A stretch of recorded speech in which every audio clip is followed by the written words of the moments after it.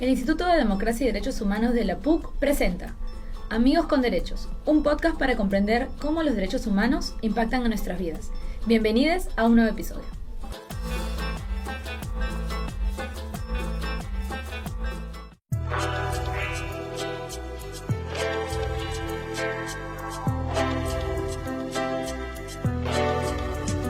El pasado martes, Latinoamérica y el resto del mundo despertaron con una noticia que aparentemente marcaría el fin del gobierno de Nicolás Maduro en Venezuela.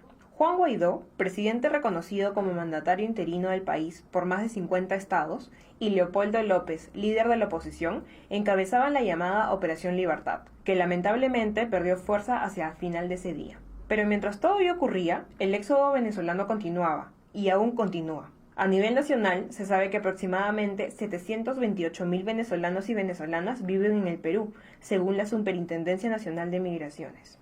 Una cifra que pronto alcanzará el 1.000.000 de personas, mientras que el Estado aún no genera medidas que garanticen los derechos de los migrantes, sin lo cual no se logrará una verdadera integración de la comunidad venezolana en la sociedad peruana, que en los últimos meses se ha vuelto más reticente a la llegada de la población migrante. Aunque de eso se trata de tender puentes entre países, dejando atrás los prejuicios y estereotipos de quienes llegan y de quienes acogen, logrando una convivencia que beneficie a ambas partes. Buenas noches, estamos aquí en el podcast Amigos con Derechos, un programa producido por el IDEPUC para entender cómo los derechos humanos impactan en nuestras vidas. Yo soy Katy Subirana, soy su anfitriona en esta temporada y estamos aquí con un gran amigo de la casa, con el periodista Ramiro Escobar, profesor de la PUC e internacionalista. Ramiro, ¿cómo estás? Hola, Katy, gracias por la invitación. Un gusto tenerte aquí en cabina. El tema de esta semana es la migración, y específicamente la migración venezolana. Venezuela está en las portadas o está en la agenda en la agenda mediática y en la agenda de la opinión pública desde hace bastante tiempo, ¿no? Digamos, primero fue Chávez, después fue Maduro y luego la posterior crisis que ha generado una de las mayores migraciones de América Latina, de los últimos años, si no estoy hablando mal. No, pero sin embargo la semana pasada despertamos con una sorpresa, ¿no? Despertamos aquí 6 de la mañana y Leopoldo López había sido liberado por Juan Guaidó y bueno, eso fue el 30 de abril. Y el día siguiente estaba programada una movilización general, pero la movilización se adelantó para el 30, que fue el día que liberaron a Leopoldo López, ¿no? ¿Tú crees que este adelanto de fecha inesperado, acá nos despertamos, no estoy segura de cuántas horas de diferencia tenemos con Venezuela, pero si a las 6 de la mañana el pueblo se despierta con la noticia de la movilización de mañana, es para hoy. Digamos, ¿esto de repente influyó en que los efectos no fueran los deseados? Bueno, lo que pasa es que, primero una cuestión de marco general, ¿ya? Uh-huh. Es decir, la oposición desde que entró Chávez al poder en el año 1999 ha intentado prácticamente todo, ¿no? Uh-huh. Un golpe de Estado clásico el año 2002, en mayo, sí. Yo estaba ahí cuando ocurrió, es más, estaba dentro del Palacio Presidencial cuando fue retomado. Una huelga petrolera, diversas manifestaciones, una que se llamaba La Salida, que fue en el 2014, que pretendía también sacar del poder. Uh-huh. Sí. A Chávez, luego a Maduro, numerosas manifestaciones, y esta tiene, al igual que la zona del 2002, una connotación militar, uh-huh. ¿no? Es decir, es un intento de levantamiento cívico-militar, digamos, tratando de fomentar una alianza entre la oposición política, la furia ciudadana y los militares, o un sector de los militares. Uh-huh. Entonces, parece que lo que ha ocurrido es que la manifestación programada para el miércoles 1 de mayo uh-huh. se adelanta ante versiones de que López podría ser detenido, Guaidó podría ser detenido el día uh-huh. anterior. Entonces, Guaidó, previendo que eso podría ocurrir, adelanta los acontecimientos, apostando por que se produzca una sublevación militar que salga en su apoyo, ¿no? Uh-huh. Y lo aupe, si no el poder, por lo menos un gobierno de transición que llame elecciones. Entonces, lo que pasa es que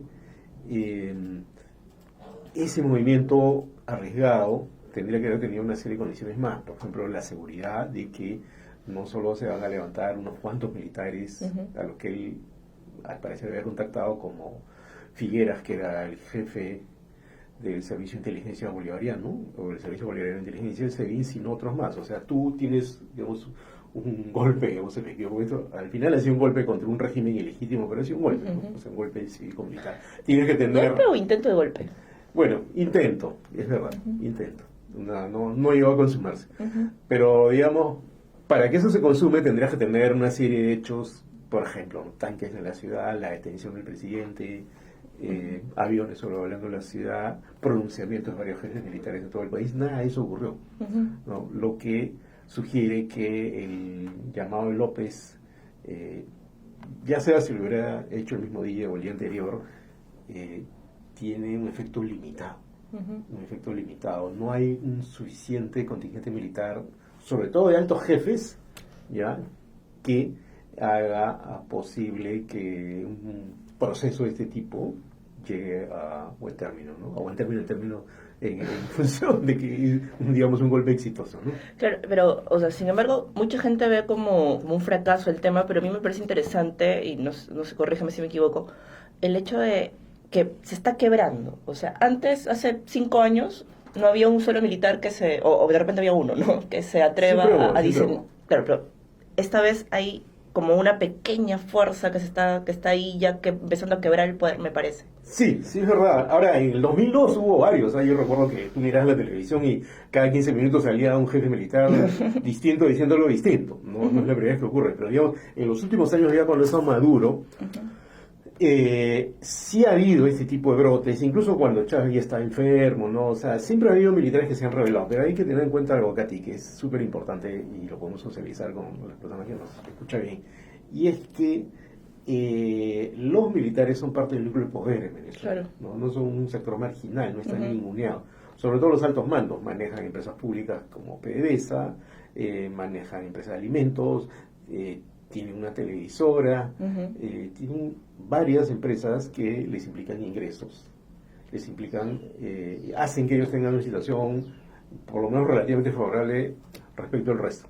Entonces, eso hace que sea difícil que haya altos mandos, o por lo menos mandos, ¿no?, intermedios, ¿no?, o digamos un coronel, ¿no?, que se involucre en un proceso de este tipo, porque ¿qué va a pasar después con él, ¿no? ¿Qué pasa si no resulta, ¿no? Y entonces tienes un contingente de más o menos 250.000 militares de distinto rango, y se han pasado al otro bando unos 200 o 300. Entonces no es un número significativo respecto al conjunto.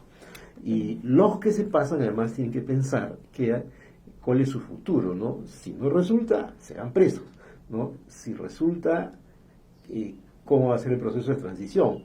Los militares, incluso en el Perú, siempre son a veces muy entusiastas para dar un golpe y quedarse, pero a veces muy sensibles cuando pasa todo y se ve la resaca de lo vivido y lo sufrido. Ha pasado acá, ha pasado en Chile, ha pasado en varios países. Entonces ellos están haciendo ese cálculo y por eso es difícil que los movimientos de Guaidó y ahora de López persuadan a muchos altos jefes. Sin embargo, sí es cierto que hay fisuras, ¿no? El hecho que López haya sido liberado por miembros del Servicio Bolivariano de Inteligencia, comandado por este general Figueras, que ya fue instituido, revela que hay un quiebre en algunos estratos altos de la estructura militar. Claro, y este quiebre puede ser bien aprovechado. O sea, digo, si bien todavía no hay, el quiebre no alcanza para que sea un golpe exitoso, ¿no?, dentro de los cánones de un golpe, sí puede tener futuro tal vez para los, porque claro, o sea, ha sido destituido este señor, pero la persona que ponen en su lugar se supone debe ser mucho más afín al régimen de Maduro, o tal vez no. Claro, el que han puesto en su lugar es un tal González López, que es más bien cercano a Diosdado Cabello. Si quieres, en un momento te puedo explicar cómo es la estructura del poder dentro del chavismo que permite entender mejor esto. Pero González López, que es el nuevo jefe del SEBIN, que en realidad ha vuelto a ser jefe porque era jefe antes. Es un tipo controvertido, visto como duro, acusado de violaciones a los derechos humanos, ¿no? Es un hombre cercano de Diosdado Cabello y se asume que más fiel, ¿no? Más leal, digamos, alguien que no va a hacer una operación de este tipo. Pero se ve que si ha pasado eso es porque hay fisuras, ¿no? Hay quiebres allí, probablemente un jefe de Estado Mayor también se pronunció, ¿no? Otro se fue a España, pero resulta que en España fue detenido por otros motivos. Entonces hay una situación tambaleante que empieza a tocar la puerta de los cuarteles. Entonces es posible que eso se agrave, que haya un proceso de mayor digamos, tendencia de algunos altos jefes militares o intermedios que tengan mano de tropa, que eso es importante, que van a decir los soldados, vayan para allá, que empiezan a considerar que la situación ya está llegando a un límite y que no importa que yo tenga privilegios, pero digamos, si esto se agrava, igual voy a quedar mal yo, ¿no? Porque voy a ser culpable de lo que ocurrió. Entonces sí creo que está empezando a ocurrir eso, y eso tiene que ver con algo que me parece súper importante y que creo que Guaidó lo ha leído bien, y es mantener la presión en la calle, ¿no? Uh-huh.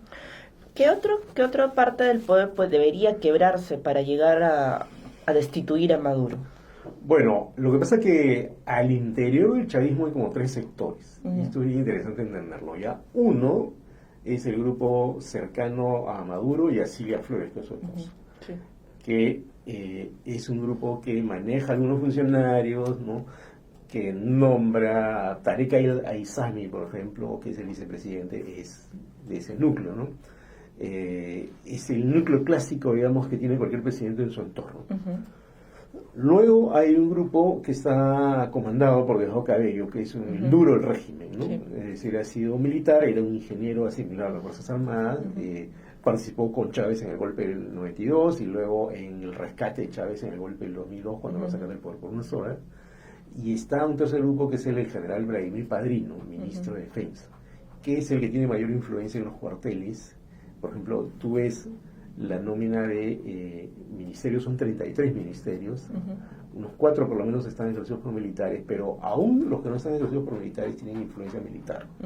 Entonces, Padrino es uno de los que es visto por Estados Unidos como el que posiblemente le quite la alfombra a Maduro. Tendría que haber un proceso como el de Egipto, recordarás, en 2011, se produce una revuelta en la calle masiva, no para, y sale finalmente jefes militares diciendo, bueno, hemos decidido, no recuerdo la palabra, le pidieron su renuncia, ¿eh? Pero el asunto es que le sacaron literalmente a Hosni Mubarak del poder. Eso no se produjo, pero podría producirse en el caso de que la situación se agrave, la presión internacional se agrave y Maduro en un momento ya se quede sin piso. Pero la presión internacional es otro tema que también aguanta la posibilidad de un desenlace, del cual, si quieres, podemos conversar.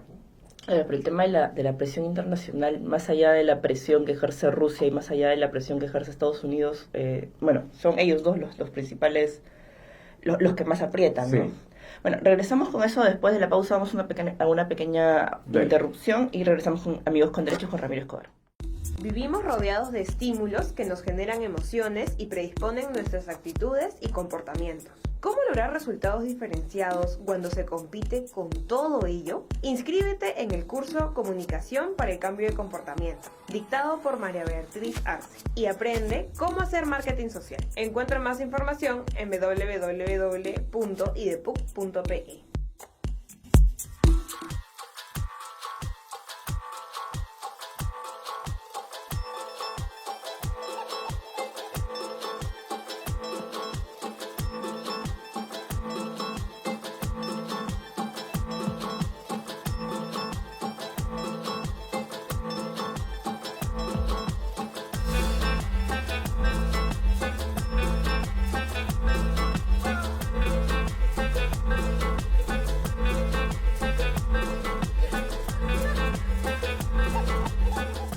Estamos de vuelta en Amigos con Derechos, un podcast para entender cómo los derechos humanos impactan en nuestras vidas, y estamos con Ramiro Escobar. Habíamos dejado una pregunta pendiente en la pausa, ¿no? Que era el tema de la presión internacional. Las caras más visibles de esta presión son Rusia y Estados Unidos, ¿no? ¿Hay alguna otra cara que me estoy perdiendo en el escenario? O si no es así, expliquemos un poco, conversemos un poco de cómo estas dos fuerzas, cuál es la presión que ejercen estas dos fuerzas. Bueno, hay un tercer actor que es sumamente importante, que es América Latina, ¿no? Algunas personas piensan que es totalmente dependiente, digamos, de Estados Unidos. Me refiero más concretamente al Grupo Lima, ¿no? Que es un grupo de países latinoamericanos que está impulsando una fuerte oposición al régimen de Maduro, ¿no? Y que es un actor importante. Y yo creo que, digamos, a nivel internacional, básicamente hay, yo diría, 4 frentes, ¿no? Los principales, en efecto, son Rusia y Estados Unidos. Estados Unidos tiene, al parecer, un interés casi personal de Donald Trump por sacar a Maduro, que yo creo que tiene que ver con esa continua intención de Trump de hacer lo que Obama no hizo, ¿ya? Es decir, Obama... Pero yo creo que Trump se va a ir y Maduro va a seguir ahí. Sí, es muy posible, ¿no? Es muy posible. Y entonces esto probablemente no está en su libreto al comienzo, pero ahora sí, y quiere lograrlo a toda costa, y se muestra súper duro a través de Bolton y el asesor nacional, y Mike Pompeo, y él mismo, y entonces es un actor fundamental. Rusia es otro actor fundamental porque tiene una deuda muy grande, como de 20 mil millones de dólares. O sea, mejor dicho, Venezuela le tiene una deuda a Rusia de cerca de 20 mil millones de dólares. Quiere que le paguen, obviamente. Y la garantía de que le paguen es que esté alguien afín a Putin como Maduro. Y el otro actor es China, que también tiene países que también Venezuela le tiene una deuda por compra de petróleo. ¿No? Entonces, estos son actores, digamos, de las grandes ligas, en lo que en la teoría de las relaciones internacionales se llama los países, las potencias mayores, los países influyentes, ¿no? Luego está América Latina, que en su mayoría, no totalmente, ojo, mantiene una oposición a Maduro en diversos grados. Y dentro de América Latina está el Grupo de Lima, que es el grupo de mayor oposición liderado por Perú. Al que Guaidó siempre agradece. Y Leopoldo López también. Claro, entonces... Y hay un cuarto actor, que es el Grupo Internacional de Contacto, que son algunos países de América Latina que no están de acuerdo con esa posición tan dura como el Grupo de Lima, y países de la Unión Europea, que están más bien por una negociación. ¿Qué es lo que pasó? El último comunicado del Grupo de Lima es súper interesante. Antes, lo que había ocurrido era que el Grupo de Lima combinaba, digamos, una fuerte presión diplomática con llamados al diálogo y la negociación, siempre con una solución pacífica, y ponían la luz roja en la intervención militar desde afuera o un golpe de Estado. Entonces, esa era la estrategia que se ha mantenido. Pero en el último comunicado hay un detalle que es interesante, ¿no? Anuncian que van a hacer gestiones diplomáticas con Cuba para que participe en una solución. Eso es una manera de distanciarse de Estados Unidos. Esa es una manera de decir, supongo que ha generado mucha controversia al interior, ¿no? O sea, es una manera de decir, mejor que no lo resuelva Washington, mejor lo resolvemos nosotros, y por eso vamos a involucrar a los cubanos, ¿no? Que son obviamente muy cercanos a los venezolanos en términos de quienes manejan el poder en cada uno de esos países. Entonces, ahí creo que hemos entrado a un proceso distinto, porque la negociación aparece, casi lo voy a decir como Ferrando, yo lo dije, ¿no? Yo lo descubrí, ¿no? Lo vengo diciendo desde hace semanas, y mucha gente dice, no, es absurdo, no se pone. Hasta la guerra de Vietnam terminó con una negociación. Los talibanes están negociando con Estados Unidos en Afganistán. ¿Por qué no se iba a negociar acá? Y es lo que se ve que está ocurriendo, ¿no? Y dime, ¿qué papel juega España ahora que Leopoldo López pasó de la Embajada de Chile, que ahora resulta que está llena de refugiados, a la Embajada de España, ¿no? Mira, lo que ocurre es que España es un país que ha reconocido a Guaidó como presidente interino, pero es un país que, ojo, no quiere ni un golpe de Estado ni una intervención extranjera. ¿Qué es lo que ha anunciado Josep Borrell, el jefe de Asuntos Exteriores de España? Lo que ha anunciado es que, claro, Leopoldo López está como huésped, pero no le van a dar asilo. Y tampoco puede hacer declaraciones políticas, porque la vez pasada convocaron una conferencia de prensa y se volvió un tumulto. Entonces, eso es interesante, porque si te das cuenta, hay como diversos actores y diversas posiciones frente al asunto, ¿no? El Grupo de Lima, o sea, es claramente un férreo opositor de Maduro, pero ya está teniéndole el hilo a Cuba, ¿no? España, que está en el Grupo Internacional de Contacto, y la Unión Europea en general, lo que apuestan es dureza frente a Maduro, reconociendo a Guaidó, la mayoría de países, no Italia, por ejemplo, pero también lazo a una negociación. Estados Unidos, que presiona, insinúa que puede haber presión militar, pero incluso ya ha soltado algún guiño de que podría haber una negociación, ha dicho que el padrino ha conversado con otro general, etcétera. Y Trump habló con Putin hace un par de días, y lo que ha dicho Trump es que hay un interés sobre todo en mandar ayuda humanitaria. Entonces yo lo que avisoro es, como la marea ha subido y ya las presiones son muchas, probablemente se esté entrando a una posible negociación, ¿no? Pero hay un tema muy importante que no podemos pasar por alto, que es el tema de la población de a pie, la gente de los venezolanos, ¿no? Una de las cosas que escuchaba el día 30 de abril era un enlace que en RPP hacían con una periodista venezolana que decía, la calle está cansada, agotada, desgastada, y no tiene el poder de respuesta que quisiera tener en la misma calle. O sea, eso es cierto y eso creo que juega a favor Maduro en el sentido de que lo que parece querer el gobierno de Maduro es desgastar a la oposición. Imagínate tú una familia, ¿no? Porque ojalá, ¿no? La oposición no solo es política, es una oposición social, ya no es una oposición. O sea, la gente que protesta no necesita que la llame Guaidó necesariamente, sale porque está harta también, ¿no? Claro. O Guaidó en todo caso alienta eso, ese sentimiento de mucha gente que no es de algún partido político de la oposición, pero está harta de la situación. Entonces, imagínate tú una familia que a ti que tiene que pasar penurias para buscar comida, para buscar médicos, ¿no? Que se le corte el agua, se le corta la luz. Entonces, en un momento va a decir, caramba, ¿no? Yo, ¿cómo voy a salir a protestar? Finalmente, ¿con qué tiempo? ¿No? Entonces, ese problema, ¿no? Juega a favor de Maduro. Pero hay algo que pasó relativamente desapercibido estos días, que es, ¿no? Que ya está entrando ayuda humanitaria de la Cruz Roja. Hace unos 3 días ha entrado ayuda humanitaria de la Cruz Roja, cosa que yo creo que debe haber ocurrido antes, ¿no? Lo que es una aceptación de parte del gobierno de que la situación es muy precaria. Entonces, eso creo que, a mi juicio, se debe poner en la mesa como el asunto fundamental. Cuando se logró un acuerdo entre la FARC y el gobierno colombiano, fue por eso, porque pusieron en el medio como eje de la negociación la reparación de las víctimas y oír a las víctimas. Y ahí, bueno, es largo de contar, pero hubo episodios que yo, curioso como periodista, me contaron lágrimas en una reunión a puerta cerrada y finalmente como que la FARC se ablandaron un poco y decidieron ir a un acuerdo. Acá creo que si se pone eso en el medio, me parece que puede generarse más consensos que contribuyan a algún tipo de solución pacífica. Y bueno, para ir cerrando ya, una pregunta muy puntual, ¿no? Sí. El tema de la migración, por un lado, puede haber debilitado la calle, y por otro lado, lo que pasó el 30 ¿La migración de que abril... viene para nuestros países? No, la migración que, claro, para nuestros países, bien dicho, ¿no? O sea, puede haber debilitado algo la fuerza que podría estar en la calle, por un lado, y por otro lado, lo sucedido el 30 de abril, el 1 de mayo, ¿puede tener un impacto en cuanto al aumento de la migración?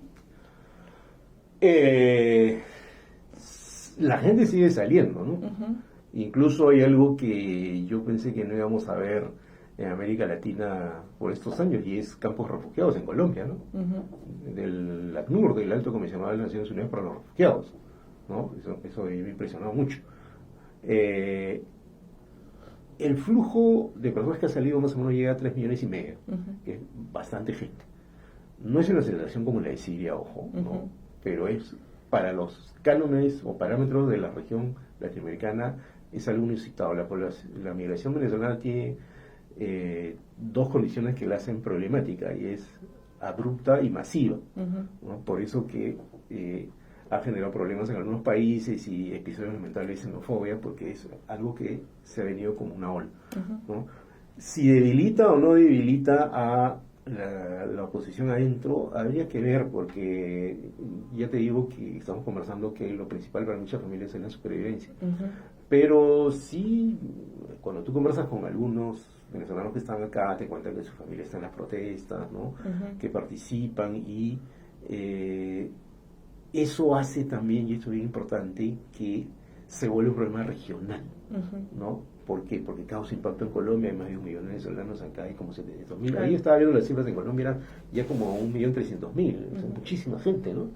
Entonces, ya no es un problema solo de Venezuela, es un problema regional. Hace rato es un problema regional. Y es un problema en Brasil, un problema en Colombia, un problema en Perú, un problema en Ecuador. O sea, los países no son una isla, no son islas, ¿no? Claro, o sea... y cuando se produce ese flujo, ese estallido de gente que empieza a pasar, obviamente es un problema, y ese es otro tema que se tiene que resolver. ¿Qué va a pasar con todas esas personas que están fuera? ¿Van a volver? ¿En qué condiciones van a volver? ¿Qué se les va a garantizar? Ahora vi en la mañana la ministra de Trabajo diciendo que, bueno, se va a empezar a controlar los abusos laborales que hay con los venezolanos que están acá, que ya se conocían, se comentaban, ¿no? Y eso es algo que ya está comenzando a causar problemas. A pesar de eso, los canales diplomáticos, incluso con Perú, con que se tiene que esperar relaciones, no se han roto precisamente por eso, ¿no? Porque hay muchos venezolanos acá, y algunos incluso que quieren volver. La vez pasada devolvieron a 50 involucrados en casos delincuenciales. Todo eso no se podría hacer si se cierran todos los canales diplomáticos, ¿no? Exacto. Ok, bueno, Ramiro, muchísimas gracias por estar con nosotros esta mañana. Gracias a ti, Katy, un gusto conversar. estar acá, y ya en el otro lado de la vitrina antes. Siempre es un gusto conversar contigo, Ramiro. Nada, vamos a una pausa y regresamos en el siguiente bloque de Amigos con Derechos. Hablaremos sobre las características y percepciones de la migración, sobre la migración venezolana. Vivimos rodeados de estímulos que nos generan emociones y predisponen nuestras actitudes y comportamientos. ¿Cómo lograr resultados diferenciados cuando se compite con todo ello? Inscríbete en el curso Comunicación para el Cambio de Comportamiento, dictado por María Beatriz Arce, y aprende cómo hacer marketing social. Encuentra más información en www.idepuc.pe.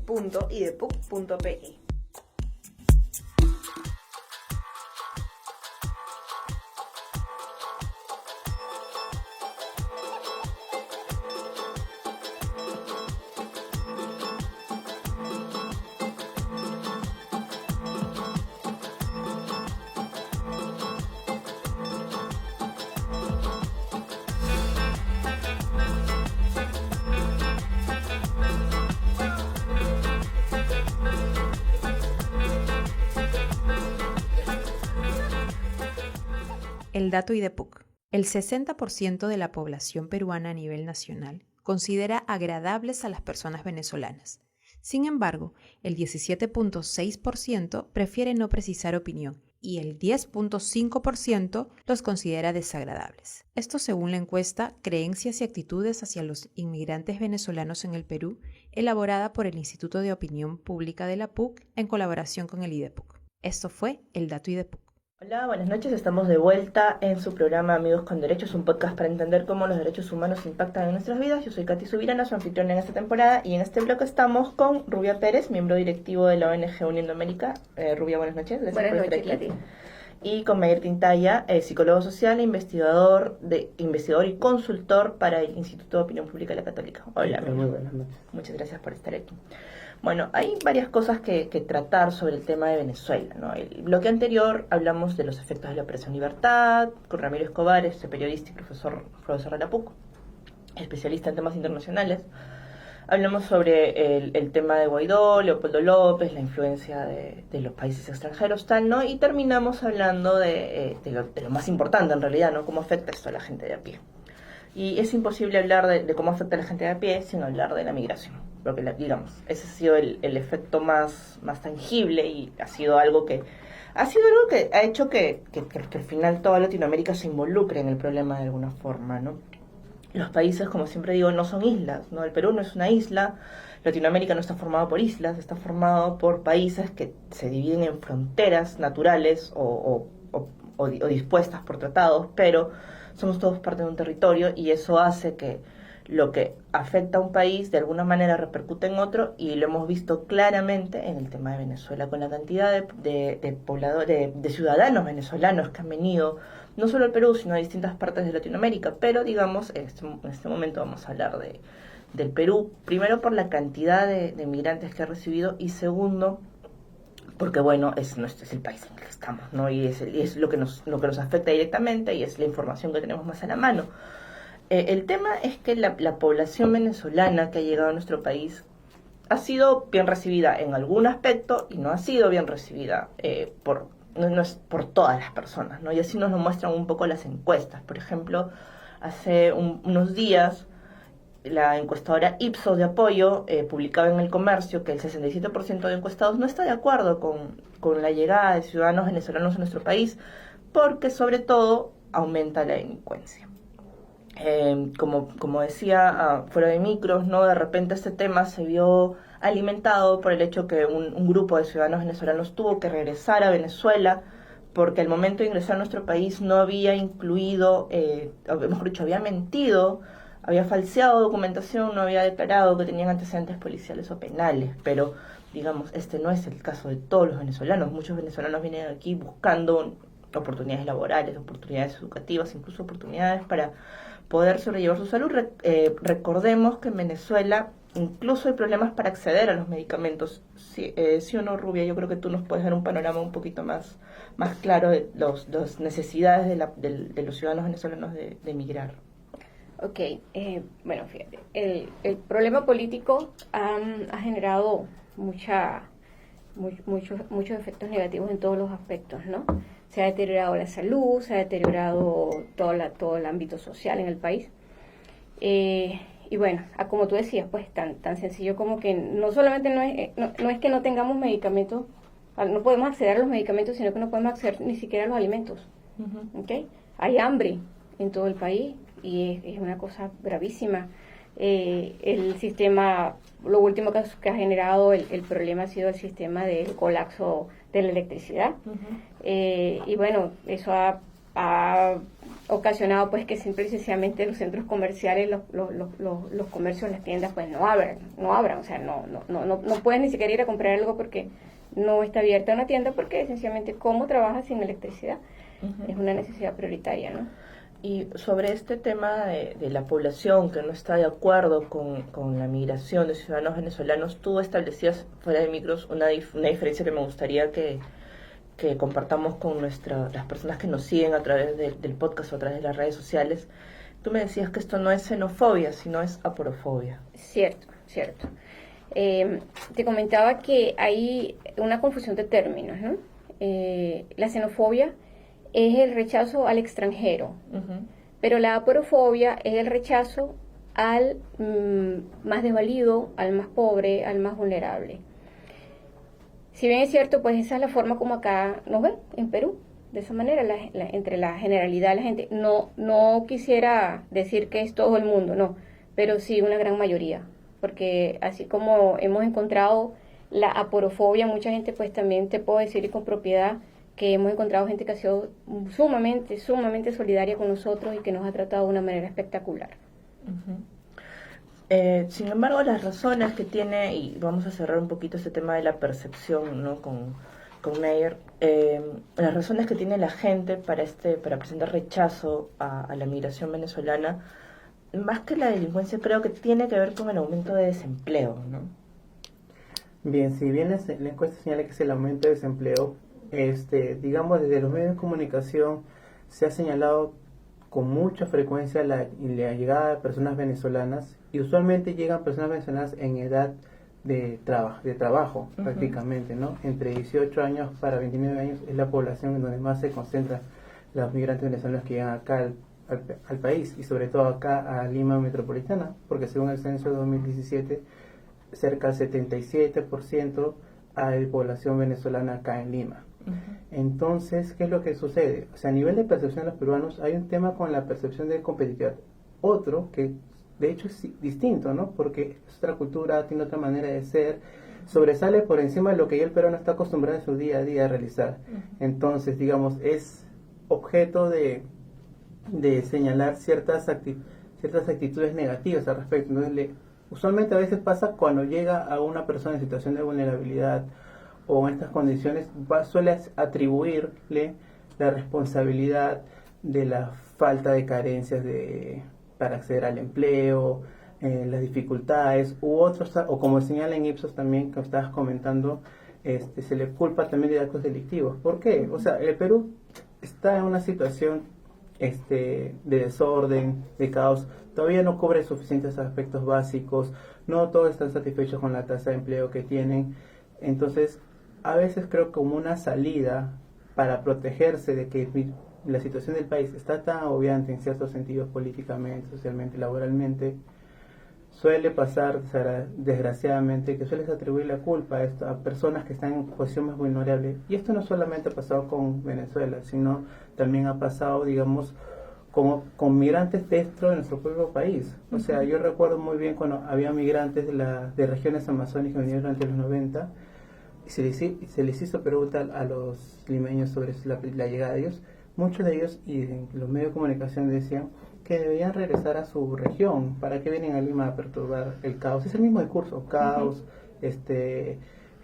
desorden social. Entonces todos los problemas que tiene la ciudad suelen atribuirse al más vulnerable, ¿no? Con tal de salvaguardar un poco el sistema que cada uno de ellos tiene. Sin embargo, esto tiene que ver más que con los migrantes, con las deudas que tiene el Estado con la población, con la ciudadanía, ¿no? O sea, digamos, acceder a un servicio de salud, si bien no estamos como en Venezuela, sí hay problemas, ¿no? O sea, digamos, sacar una cita demora una semana y te dan la cita para dentro de 2 meses, si es que te la dan, ¿no? Entonces, el problema del acceso a medicamentos, te recetan un medicamento que no está en farmacia, entonces ¿por qué te lo recetan, no?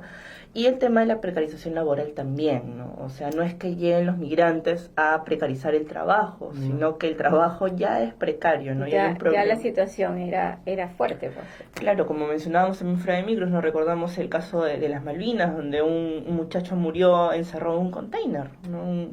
Terrible. Entonces, yo creo que el problema tiene que ver con que con ser la población venezolana una población más vulnerable, el trabajo se puede precarizar más, ¿no? Pero eso no es culpa de los ciudadanos venezolanos, porque yo digo, si viene una migración de personas del interior del país, peruanos, también se puede precarizar mucho más el trabajo, ¿no? Y en realidad es un problema del sistema, no es un problema de ellos como migrantes. Entonces, ¿de qué estamos hablando, no? Por otro lado, el tema de la criminalidad, yo creo que no se le puede atribuir a los ciudadanos venezolanos que haya aumentado el índice de criminalidad. Yo creo que es lo más fácil, ¿no? Es la salida más fácil, culpar, responsabilizar al otro que no conocemos, ¿no?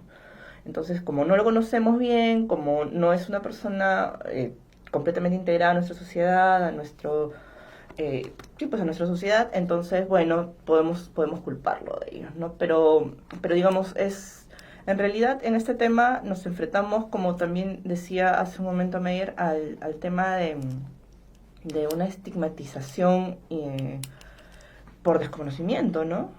No sé si nos puedes explicar un poquito a raíz de los últimos trabajos que ha hecho el IOP, ¿no? En qué estigmatizaciones, en qué mitos estamos cayendo con el tema de la migración venezolana. Bien, o sea, en general, vinculado a los mitos de la migración venezolana, ¿qué idea se sobresale? El tema del aumento de desempleo, ¿no? Consideran de que el desempleo es a raíz de la migración. ¿Qué otros temas? El de conflictos sociales, la percepción de desorden social, ¿no? Delincuencia, congestión y transporte público. Entonces, prácticamente a cualquier migrante en situación de vulnerabilidad se le va a estar culpando o atribuyendo la responsabilidad de los problemas que tenemos como ciudad, ¿no? Distintos, porque no es por la presencia de venezolanos o de cualquier otro migrante que aumente el tráfico, es un tema más de transporte, de cómo está sistematizado las empresas, las regulaciones que hay en el nivel de tránsito. Entonces es más complejo. Pero ¿qué pasa con la presión de las personas? En general a las personas les es más fácil atribuir la culpa a una persona, porque para entender compleja requiere más información, es más complejo. Entonces, digamos, por cierta economía cognitiva, por cierta economía de cómo manejar las cosas, es más fácil atribuirle la responsabilidad a alguien porque desde su punto de vista es más controlable. Entonces, para solucionar el problema, si se van ellos, se solucionan los problemas.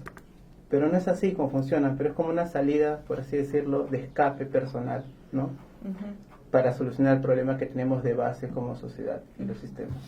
Hay otro tema que también es interesante revisar, Rubia, y tú como mujer de repente también lo puedes haber sentido, espero que no, pero de repente has pasado por alguna situación, ¿no? El tema de género, el tema de cómo algunos, digamos, no digamos, es una verdad que nuestro país es un país machista.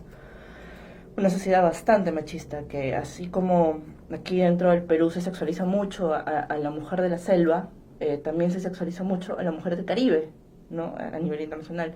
Y yo sé que he escuchado, he leído, he visto, ¿no? Muchas mujeres venezolanas las tienen muy sexualizadas, ¿no? Entonces, no sé cómo has percibido tú esto desde la asociación de la que formas parte y desde tu ser mujer migrante venezolana. Pues fíjate que lamento tener que decirte que sí he sido víctima de acoso. Qué horrible. Sí, he sido víctima de acoso y asimismo pues han habido unos casos con mis compatriotas venezolanas en los que ha habido un final trágico, ¿no? Ha habido casos en los que ha habido violaciones, agresiones, acoso sexual, acoso verbal, psicológico. Hasta feminicidios ha habido, ahora que recuerdo. Y feminicidios, obviamente. Y fíjate, el último caso del que me enteré hace muy poco, una chica que llegó a encontrarse con alguien que supuestamente le iba a recibir un resumen curricular para un empleo en una estación de autobús, de metropolitano. Se la llevaron con un puñal hasta un hostal y la violaron, la tuvieron secuestrada alrededor de 20 horas. Ella logró escaparse y la persona que cometió el hecho, pues cuando ella logró escaparse y gritó que necesitaba ayuda, alguien dijo, voy a llamar a la policía, y él regresó a la habitación, a un tercer piso, y se lanzó y se suicidó, pues. Fuerte. Entonces, esos son casos que suceden mucho, ¿sabes? Pero no se comentan mucho. No son muy dados a la luz pública, y nos enteramos porque estamos en contacto con las personas. Pues la mamá de la chica nos llamó directamente a nosotros para contarnos todo lo que había pasado. Qué horrible, qué horrible. Pero bueno, vamos a una pausa y regresamos con la otra cara de la migración. Así como ha habido estigmatización, ha habido problemas serios a los cuales los ciudadanos venezolanos se enfrentan al llegar, también hay un proceso de integración que se está llevando, ¿no? O sea, los peruanos estamos acostumbrados a que nosotros ser los que vamos a otro país a buscar mejores oportunidades, a estudiar, a capacitarnos, qué sé yo, a trabajar. No estamos acostumbrados a recibir, ni a nosotros ni a nuestros mismos ciudadanos, ¿no? Pero digamos que nos hemos visto obligados, y de cierta forma eso es algo positivo, a emprender un proceso de integración, ¿no? Entonces vamos a hablar de eso regresando de la pausa. Vivimos rodeados de estímulos que nos generan emociones y predisponen nuestras actitudes y comportamientos. ¿Cómo lograr resultados diferenciados cuando se compite con todo ello? Inscríbete en el curso Comunicación para el Cambio de Comportamiento, dictado por María Beatriz Arce, y aprende cómo hacer marketing social. Encuentra más información en www.idepuc.pe.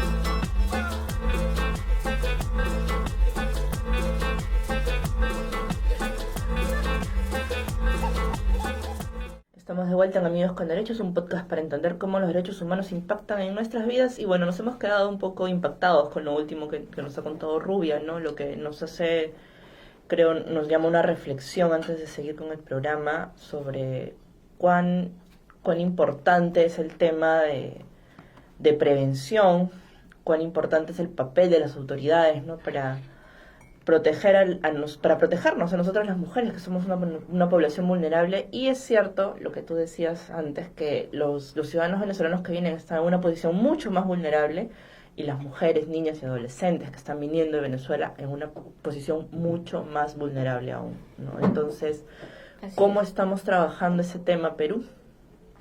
Ahí queda un pendiente. Creo que las autoridades competentes nos deberían dar una respuesta, ¿no? Porque siempre las respuestas que dan son insuficientes. Pero bueno, y esto también nos llama a ver cómo estamos trabajando el tema de la integración, ¿no?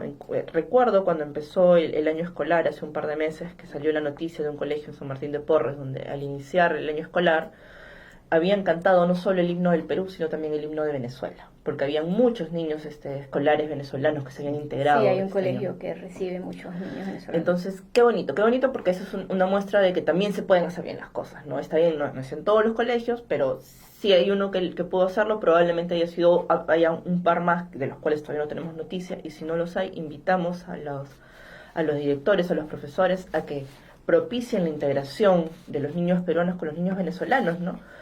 Esto es una muestra de buena voluntad en ese sentido, ¿no? Tú me contabas también que Rubia, que la ONG de la que tú eres miembro directivo también fue impulsada por ciudadanos peruanos, pero reunió a ciudadanos venezolanos para que ustedes mismos se autogestionen. En ese sentido, claro, no es que los venezolanos vengan esperando, vengan en plan de pobrecitos víctimas, ¿no? También tienen una capacidad de autogestión muy grande, ¿no? ¿Qué tipo de trabajo se está haciendo desde Uniendo América para eso? Pues fíjate, la asociación fue creada con la finalidad de elevar la calidad de vida de nosotros los venezolanos acá. ¿Cómo queremos hacerlo? Bueno, tenemos muchos propósitos para ello, y uno de los propósitos es generar emprendimiento. Estimular el emprendimiento entre los venezolanos, ¿no? Desarrollarles alguna idea de negocio que tengan y convertírsela en una pequeña empresa, mediana o pequeña, pues, o microempresa. esa es nuestra punta de lanza como asociación. Pero también tenemos programas para atacar todo este problema de salud, que si bien es cierto, pues no solo de nosotros, ya se sabe que el Perú como tal, pues el problema de salud también es fuerte, ¿no? Y bueno, queremos también atacar todo lo que tiene que ver con la educación, ¿no? De repente, bueno, crear academias de desarrollo de talento. Pero todo esto no va a ser destinado solo a venezolanos, ¿ok? ¿Qué es lo que queremos nosotros? Emplear peruanos también en las microempresas o pequeñas empresas que se puedan crear. Ofrecer nuestras academias de educación también a peruanos, pero a menor costo, porque se sabe que aquí la educación es bien costosa. Claro, sí. Y nosotros lo queremos hacer pues desde un costo bajo, ¿no? Pero no solo a venezolanos, sino a peruanos también. Y bueno, y así poder integrar. De hecho, si podemos atacar el problema de la salud, también ofrecerlo a peruanos, ¿ok?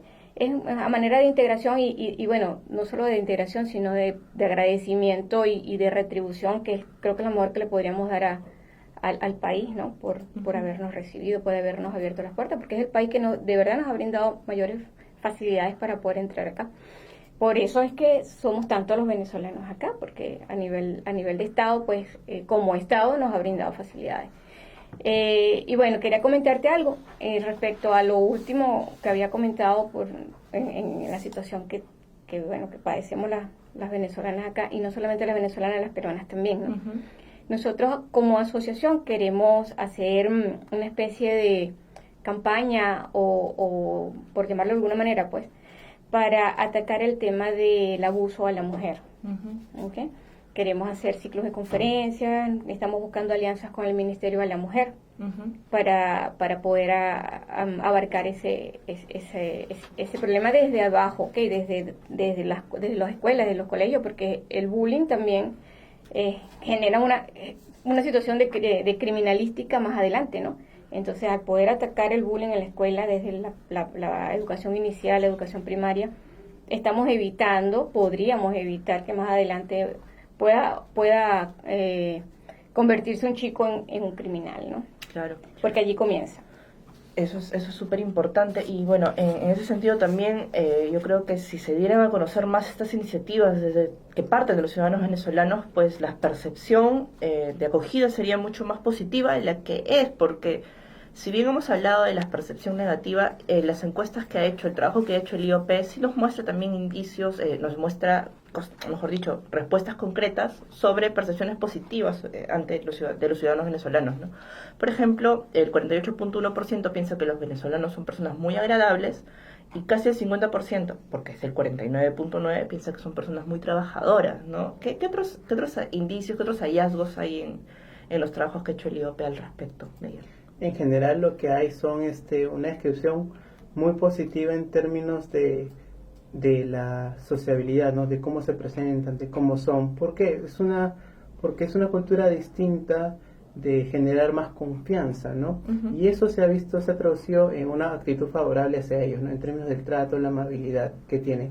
¿Por qué? Porque lo comparas con los peruanos y no necesariamente todos los peruanos nos destacamos por nuestra agradabilidad y confianza hacia las personas que son extrañas en primer lugar. Solemos ser muy alegres y amables con nuestro propio grupo, con nuestras personas que conocemos, pero hacia una persona desconocida, creo que el paso ahí es un poco más difícil, ¿no?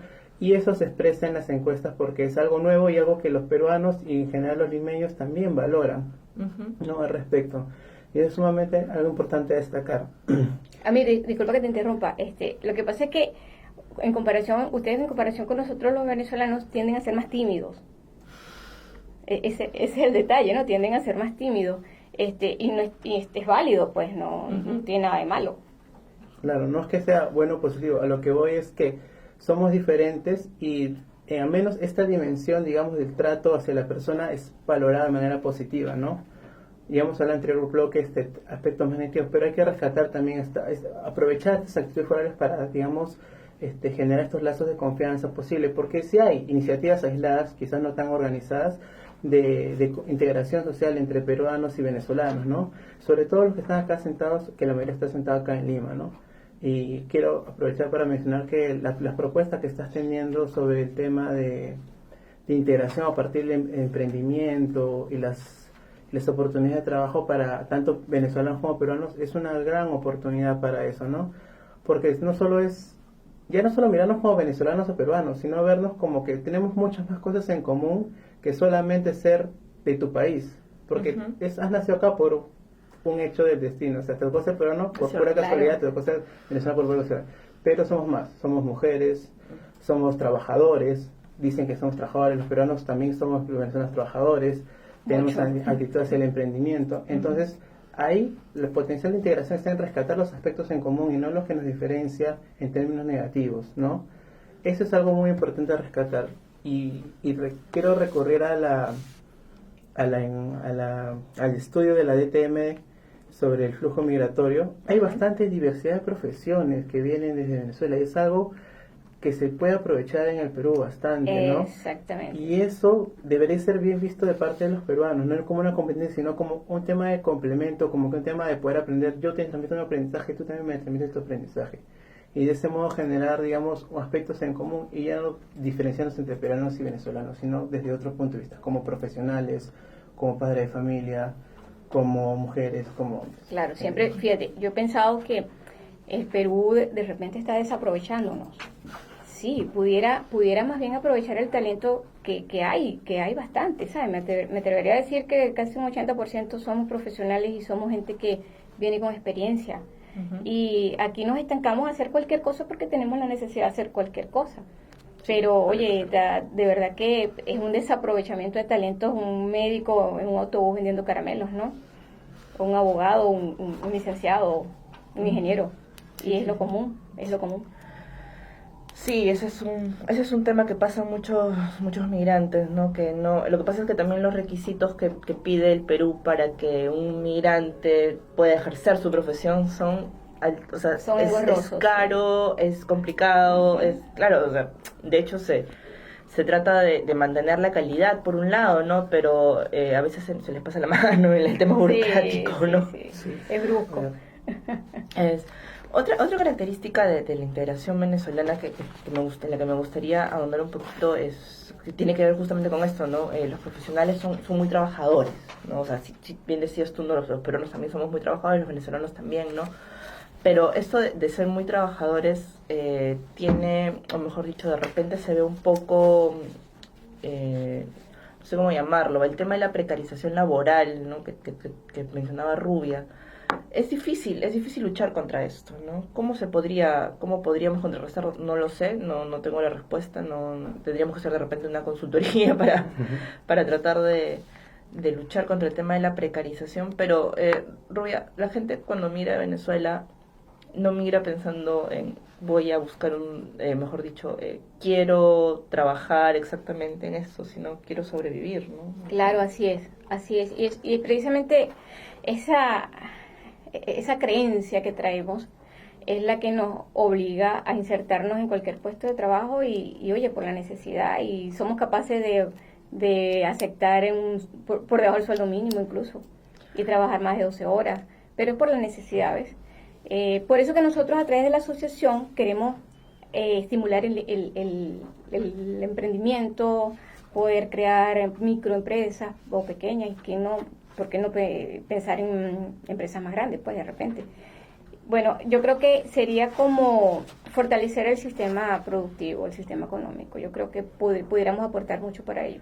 Pero creo que es importante, para ir terminando el bloque y, bueno, agradecer a nuestros invitados por estar con nosotros hoy día, hablar un poco del anhelo de volver, ¿no? O sea, los venezolanos han migrado por una necesidad de seguir viviendo, ¿no? Pero no me imagino, o sea, así como los peruanos en los 80 migraron y muchos han vuelto después, me imagino que muchos venezolanos también añoran regresar a su patria. Absolutamente. La mayoría queremos regresar a nuestro país porque es que por naturaleza nosotros no somos un país de migrantes. Uh-huh. Al contrario, nosotros éramos un país que recibía migrantes y los recibía, valga el comentario, de la mejor manera. Uh-huh. Nosotros por naturaleza no migramos. Entonces, ¿qué sucede? Tuvimos que salir obligados, entre comillas, ¿no? Uh-huh. Por una necesidad imperiosa y no la estamos pasando bien fuera. Y obviamente pues queremos volver a nuestro terruño, a nuestra tierra, con nuestra familia, con ese calorcito humano que nos hace tanta falta aquí afuera donde estamos. O sea, el afecto que nosotros necesitamos acá es increíble. Claro, o sea, me imagino que cualquier persona que sale del lugar, de su tierra, del lugar que conoce, con un futuro incierto, porque si bien quieren volver no saben cuándo podrían volver, ¿no? Entonces me imagino lo complicado que puede ser este proceso. En ese sentido, ¿hay datos desde el IOP sobre los venezolanos y sus intenciones de regresar a su país? Claro, en uno de los últimos estudios que se ha hecho en el IOP se registra el tema de que al menos dos datos. A corto plazo, mediano plazo, un 30% quiere todavía establecerse acá en Perú porque recién tiene meses llegando acá y necesita estabilidad, ¿no? Claro. Para poder tomar una decisión luego a largo plazo, si migrar, regresar a Venezuela o de repente ir a otro país, ¿no? Sin embargo, cuando se dirige la pregunta a los mismos venezolanos también comentan de que sí hay un anhelo bien fuerte por regresar, ¿no? Hay un anhelo muy fuerte por regresar. Pero lo contrario es que los peruanos creen que se van a quedar, los peruanos consideran que se van a quedar, ¿no? Entonces ahí hay una contradicción entre las intenciones que tienen las personas venezolanas y nosotros como peruanos que creemos, ¿no?